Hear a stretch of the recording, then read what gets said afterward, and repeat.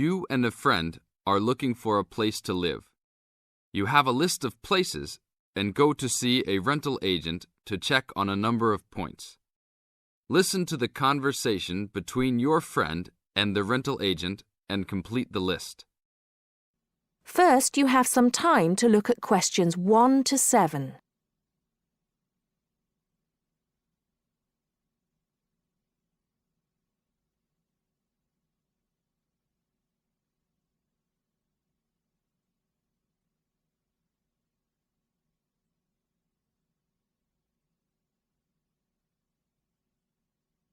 Now listen carefully and answer questions 1 to 7. Hi, we've been looking over your listing of apartments for rent and we have a few questions about a couple of the apartments. Can you help us? Sure. Yep, this is our most recent listing. What would you like to know? Well, we were first wondering about the house on 3rd Street. We can see that it is furnished and rents for $135 a week, but can you tell us how many bedrooms it has? Let's see. In addition to the den, it has 3 bedrooms. The rental on 3rd Street has 3 bedrooms.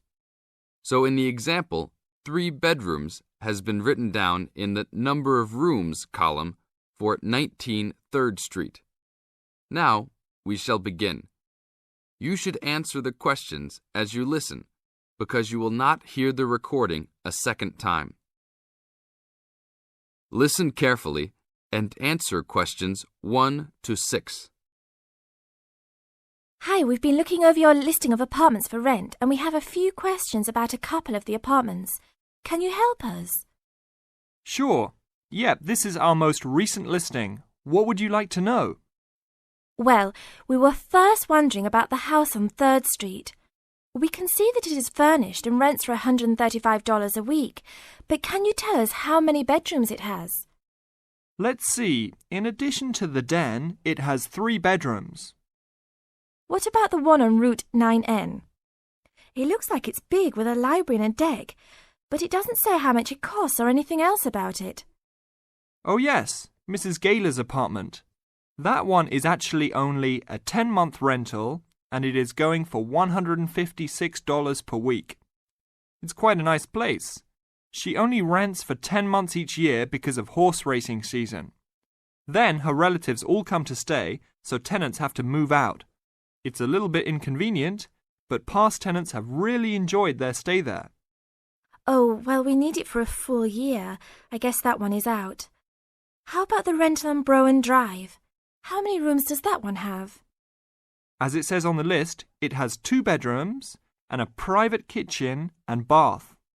But it's actually a very small place. That's why it's a bit cheaper. Oh. Well then, what about the one that has 3 large rooms? Who is renting that property? That one is a good deal.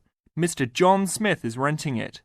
But he's quite eccentric and he has a strict rule about no pets. How about cats? Nope, absolutely no pets. Well then, how about this studio apartment rented by Mr. Bo Jensen? How is that one? That ad is actually a bit deceptive. The studio apartment is the whole upper floor of an older house. It's actually very large and, at $45 a week, quite affordable. And it's near campus. I think I'd like to check that one out. Do you have a telephone number that we can call? It's not on the list? Oh, it isn't. Here it is. You should ring area code 518 and then 543-7790. Thanks. I think I'll call on that one first. Your friend decides that he would like to talk to Mr. Bo Jensen. Before you hear the rest of the talk, you have some time to look at questions 8 to 10.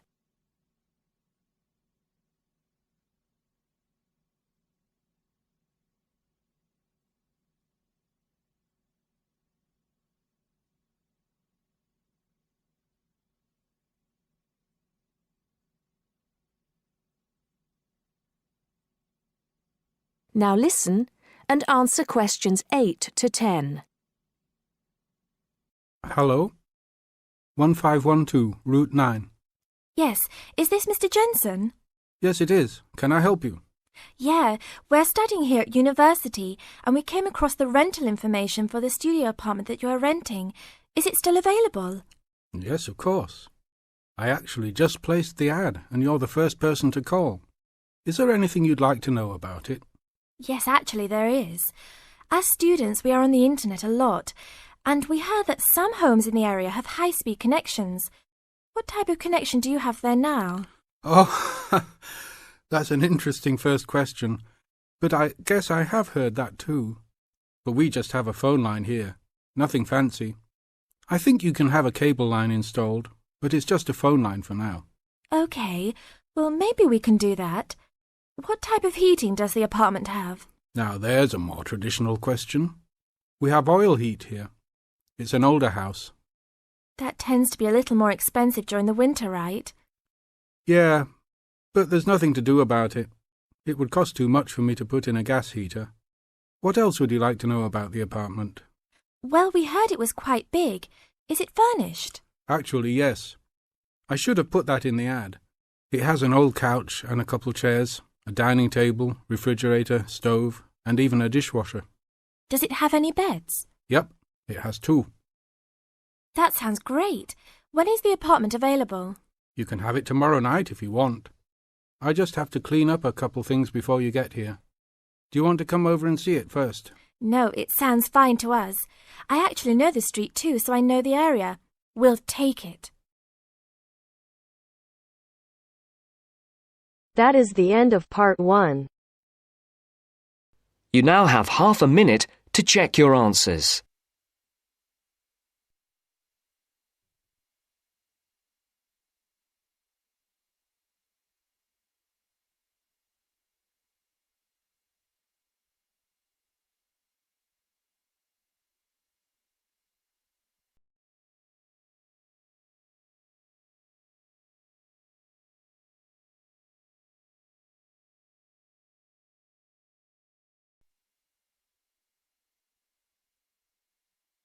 Now turns to part 2. Part 2. First, you have some time to look at questions 11 to 17.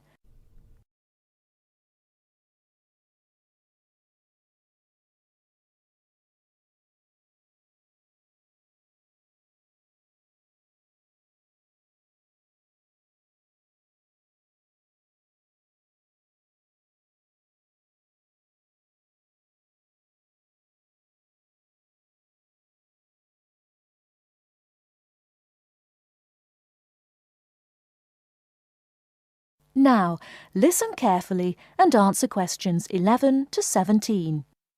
Hello, Clark's Cycle Hire. My name's Keith. How can I help you? Oh, hello. I saw your ad in the local paper, and as I'm thinking of doing some cycling, I'm wondering what kinds of bike you have and what your prices are like. Well, we hire out 2 main types of machine, touring and mountain bikes. Are you likely to be riding off-road, do you think? No, I'll probably be sticking to roads and country lanes, so a touring bike would be best, I think. Right, well, the rate will be £50 for a week or £14 per day. So it's a lot cheaper to rent by the week? Yes, definitely. Though it's important to bring the bike back on time. Otherwise, I'm afraid we have to charge a late return fee. And how much is that? For each additional hour, it's £1.25. So if you were a day late, it would cost another £30? Yes, that's right. I'd make sure I didn't do that then. I should also point out there's a deposit which you get back when you return the bicycle. In good condition, of course. On touring models, it's £60. Is there anything else I'd have to pay? No, that's it. Though if you're planning to ride fairly long distances, you might like to have 1 or 2 accessories. Such as?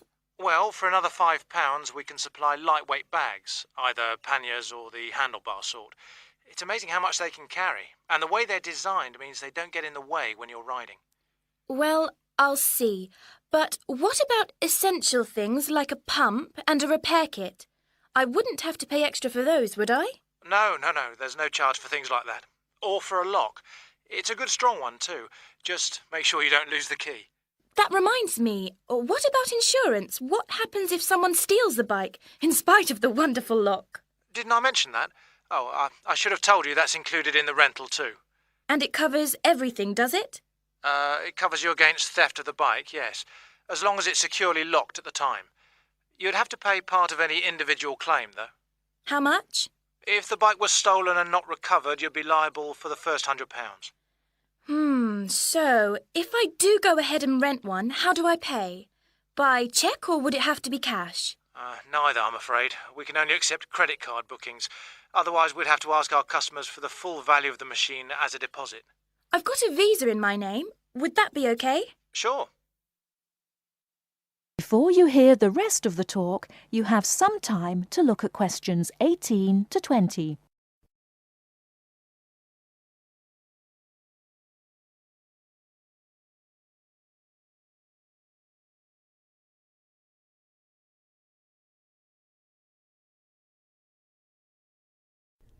Now listen and answer questions 18 to 20.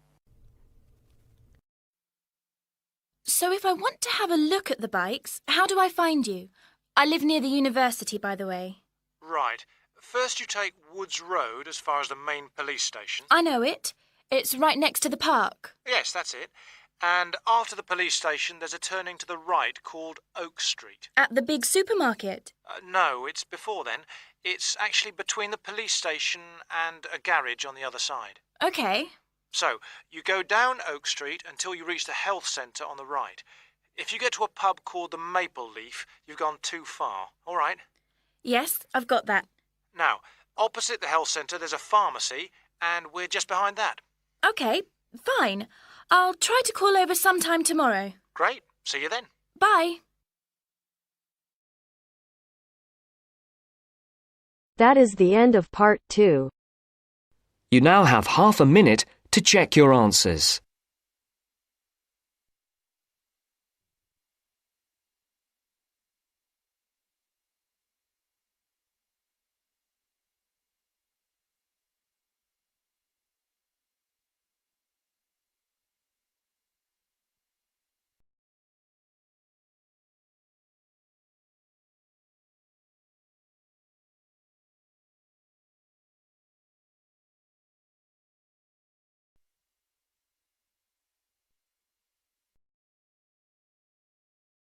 Now turns to part 3. Part 3.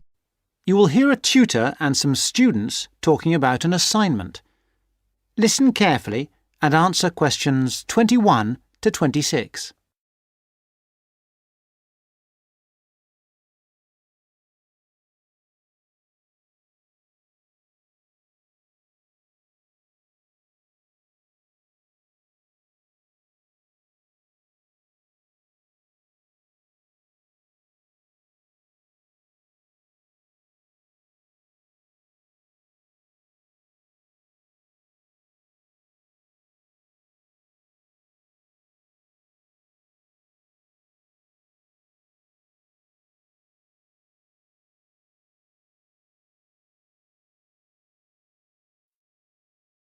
Come in. Sit down. Good to see you. Hello. Hello.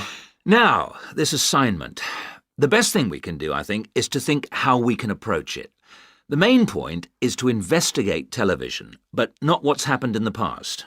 I was thinking that it would be necessary to go over the new media first and then... Yes, that's a way to make a start, but you need to do that quite briefly. But it's quite a complex topic. Yeah, I agree, but the emphasis must be on the future development of television as a cultural phenomenon. Yes. I've been reading the talk by Ashley Highfield. All right, and what do you take from that? What are the things that are competing with television? Well, to start with, there is the games console.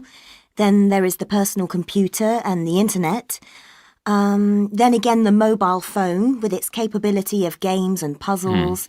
And of course, internet access. Lastly, there is the iPod with the possibility of listening to music wherever you go. Good, you've understood that. Now, which of these presents the greatest competition for television?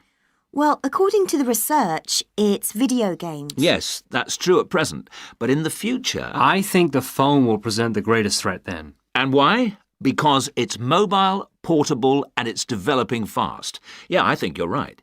You need always to look to the future and try to assess how things will develop, as we said. Good. Now, you need to move on to the new social trends in connection with television.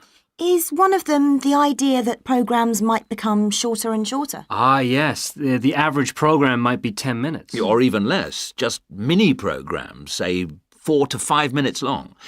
Now, do you think you can get access to all the materials you need? The problem at the moment is the library. Oh, yes? What's happening there? There's a tremendous amount of noise because of the new extension they are building. It's quite impossible to work there. They are stopping work for a week next week, I believe, and then all the sections will be open. There's a hold-up because some roof tiles have not arrived, so there'll be peace for that week. But then after that, the media studies section will be closed for a week and all the noise and dirt will start up again. Yes, the sociology section will be open, and there's some good stuff there for you on this topic, and it's further away from the noise. Yes, I don't think the sociology section is affected at all, and neither is the journal section. No. Obviously, they're rotating the closures, and it was sociology's turn to close for a week last term. I think we should make a complaint. Yeah, I think you should. I've had a word with the library staff. They are very sympathetic, but... They are affected by these works just as we are. If I were you, I'd make a complaint directly to the premises committee. They only meet once a year, but in fact, I know they're having a meeting next Tuesday. You might like to make contact with them, but don't say that I suggested this. Yes. But the Students' Union might be better since they are independent of the university. That's true, but I can't imagine that people haven't already approached them about this. Let's try the premises committee. Good idea. Why not? OK. Now, don't forget I need a copy of your dissertations by email and 2 copies in print, that is, on paper. If you give the reprographics office 24 hours' notice, they'll make copies for you. And if you give them my details, they'll send those copies directly to me. They won't send copies to you, so you'll need to take your own copy personally from them. Good. Any questions? Before you hear the rest of the talk, you have some time to look at questions 27 to 30.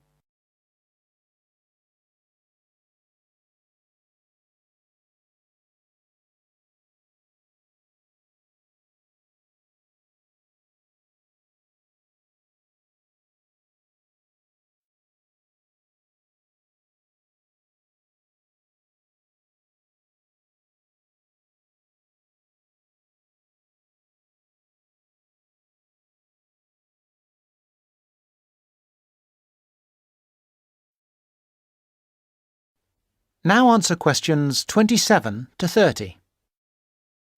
One little thing was just that I wondered whether we should actually talk about that famous website.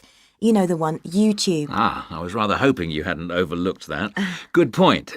It's mostly homemade videos. I suppose you could say that each video is a television version of a podcast. Anything else? Yes, I've got a question, I'm afraid. I'm not completely clear about the exact meaning of culture, as we are using it in this subject. Well, Mrs. Jones is giving a lecture on culture and society in the University Theatre. It's on Wednesday at 10 a.m, and you can learn all about it there, I'm sure. Can you give us that again, please? Yes, that's Culture and Society. It's in the University Theatre. And let me just check the time. Yes, here it is. 10 a.m. on Wednesday. She'll be giving a very thorough discussion of the issues in defining what culture means. Right. That's good. The thing is, the reading list confused me a bit. One thing that occurred to me was that it might be broken down into subsections for future students. Yes, that's a fair point. I'll bear that in mind. Now, don't forget, you need to do the reading and finish the assignment by the 4th of July. Is that okay? Fine. Thank you very much.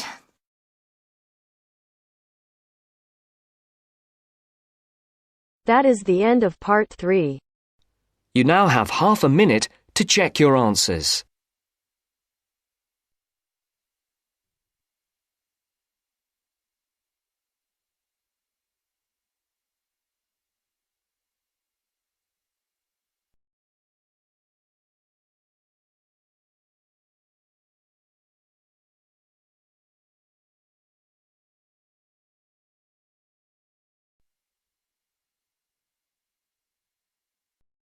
Now turns to part 4.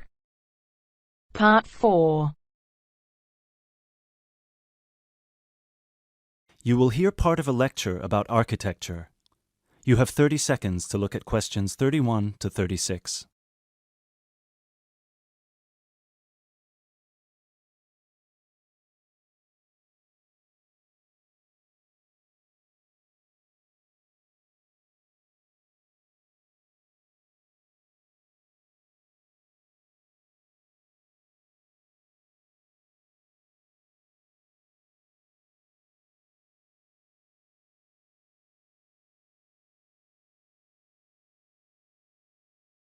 During today's seminar, we will be looking at English Gothic architecture and its origins with a specific case study of Wells Cathedral in England.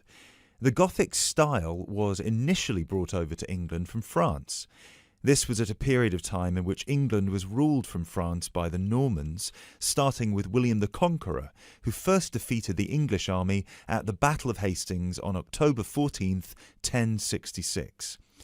After 1072, when some smaller rebellions in northern England had been defeated, the Normans gained complete control of the English monarchy, which they controlled until 1154. The peace that ensued in England had a large impact on many aspects of daily life. Thousands of French words entered the English language for the first time, such as beef, fruit, city, and hour. French ideas and styles, like Gothic, also began to flow across the Channel to England too, examples of which can still be seen in the architecture of many listed buildings. A listed building is one that is protected from alteration or demolition because of its historical or stylistic importance. One such building is Wells Cathedral. Construction on Wells Cathedral began in 1175, at a time when Gothic architecture as a style was in its infancy. As a result, it is one of the first entirely Gothic buildings ever constructed. From the first designs to the date it was completed in 1490, Gothic architecture flourished in England. Therefore, later additions to the building were still influenced by this Gothic style, rather than by later architectural styles such as Tudor architecture. Older cathedrals in England would have initially been influenced by Romanesque architecture, alternatively known as Norman architecture in England. As the former name suggests, Romanesque was a building style based on the skills passed on to various areas of Europe by the Romans. When the Western Roman Empire collapsed in the 5th century, these methods were retained by Rome's former colonies and developed further. One such Roman gift to the Romanesque architects was the round arch, also known as the true arch. The Romans perfected this style by using wedge-shaped stones called voussoirs, which created pressure that held the structure together at the top. Cathedrals in England, such as the ones in Ely and Canterbury, were started before the arrival of Gothic architecture. Even though parts of those two cathedrals, which were constructed later, are in the Gothic style, other sections predating the arrival of Gothic architecture are Romanesque. The result is known as eclectic, because the building is constructed using more than one style. All of these cathedrals belong to a group known as the medieval cathedrals of England. There are 26 different buildings that belong to this group in total, all of which were constructed or added to during a 500-year period from 1040 to 1540.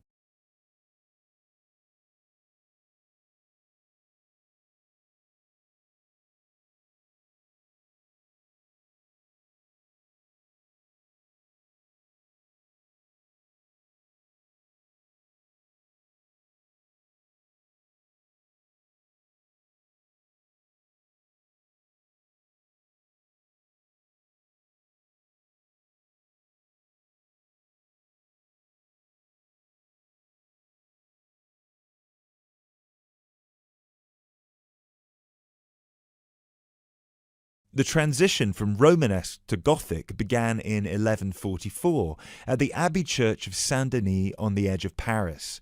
It was here that a Benedictine abbot by the name of Suger had just completed his plan to rebuild the Basilica of Saint-Denis in a new style through which he believed the dull mind rises to truth through that which is material. This refers to one architectural feature in particular, high rib vault ceilings which created much more space inside the cathedral and were designed to draw the attention of people up towards heaven. This design feature also allowed whole walls of the cathedral to be transformed by colourful stained glass. Work started on Wells Cathedral soon afterwards, greatly inspired by Abbot Suger's work. Planned in the crucifix style with the head pointing east and foot pointing west, the cathedral is 126 metres long and the nave is 20 metres high. This is quite low compared to some of the bigger cathedrals elsewhere. Use of tracery, lancet windows and mullions are all characteristic of English Gothic architecture. Whilst examples of all three of these architectural elements can be found at Wells, the lancet windows have no tracery at all, which was more common in early English Gothic architecture before advances were made in the use of mullions and tracery with glass. Lancet windows are tall, thin windows with a pointed arch at the top, and are so named because they resemble the weapon often carried by a soldier called a lance. Examples of these lancet windows can be seen on the west front of the cathedral, which is the most celebrated for its life-size sculptures and delicate floral carvings. Inside the pinnacle-topped gable is a sculpture of Christ the Judge. Immediately below him, sculptures of the 12 apostles peer out over the small city of Wells. Below the apostles are 9 archangels, which are half-size sculptures. At one time, all of these, along with the decorative carvings, would have been painted and gilded. However, today, all the paint has worn away and the sculptures are the colour of the oolite sedimentary stone used to construct the cathedral. It is remarkable to think that more than 800 years ago, such magnificent buildings were created without the use of large cranes and modern technology. It would have taken much longer, but it is possible to see the high level of craftsmanship and attention to detail that is less common in the modern day.